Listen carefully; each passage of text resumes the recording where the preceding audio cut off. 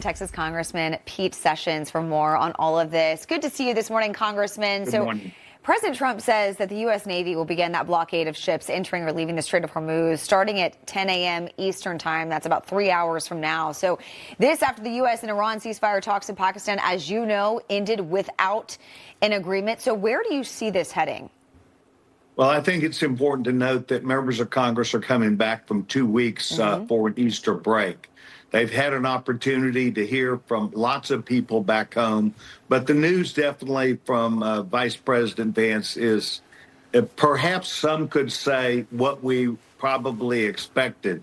But the bottom line is it's bad news. So it means, and you've heard from the intelligence and military panel that was just before you, right. It is now time to resume where we were, to keep pushing, and to make sure that our objectives are met. And I am sorry that the Iranians have done this. I think the president showed great restraint not to level downtown Tehran.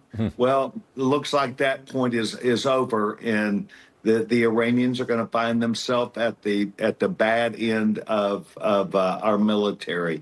So it's very disappointing. Now, with that said, I've got a lot of colleagues that got to come back that see this and agree with me. It's relatively easy as a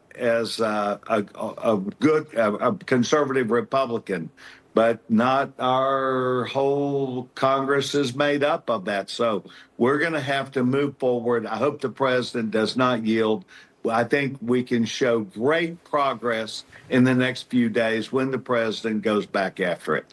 Yeah, Congressman, this will end when obviously the U.S. and the president says it's over, but does it have to involve regime change? Will you see that as the defining of success? Well, no, I don't think that's it. I think that they're allowed to tap out.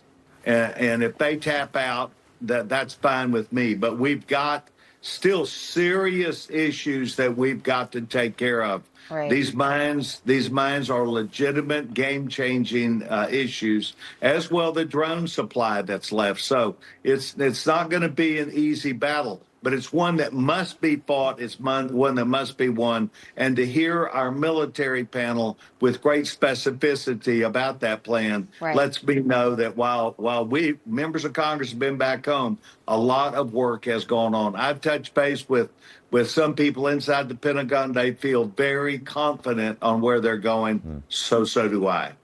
I want to turn now to the big news happening over the weekend in California Congressman Eric Swalwell ending his bid to become California governor after those disturbing allegations of rape and sexual assault surfaced by at least 4 women now. He, of course, denies the allegations. However, during the Brett Kavanaugh confirmation hearings back in 2018, Swalwell appeared far more inclined to believe the victims. Take a listen to this.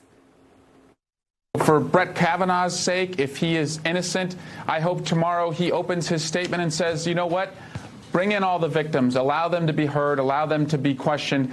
That will clear his name if he's indeed innocent. And if he's not, for the sake of the credibility of the court, I hope that the senators would vote against him.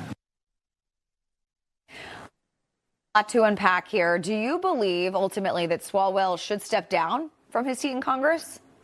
Well, sure I do, but he's the one that knows the truth, and I think we should use the power of his words, of his belief, if we're going to do that. But over time, it diminishes his not only effectiveness, but harms their party. Their party has been harmed by this. He was a leading edge voice that now will be completely sidelined. So if he said that this is not all or completely true, fine. We'll give him his chance in court. Good point. All right. Congressman Pete Sessions, great to see you this morning. Thanks for joining us. Thank you for taking the time.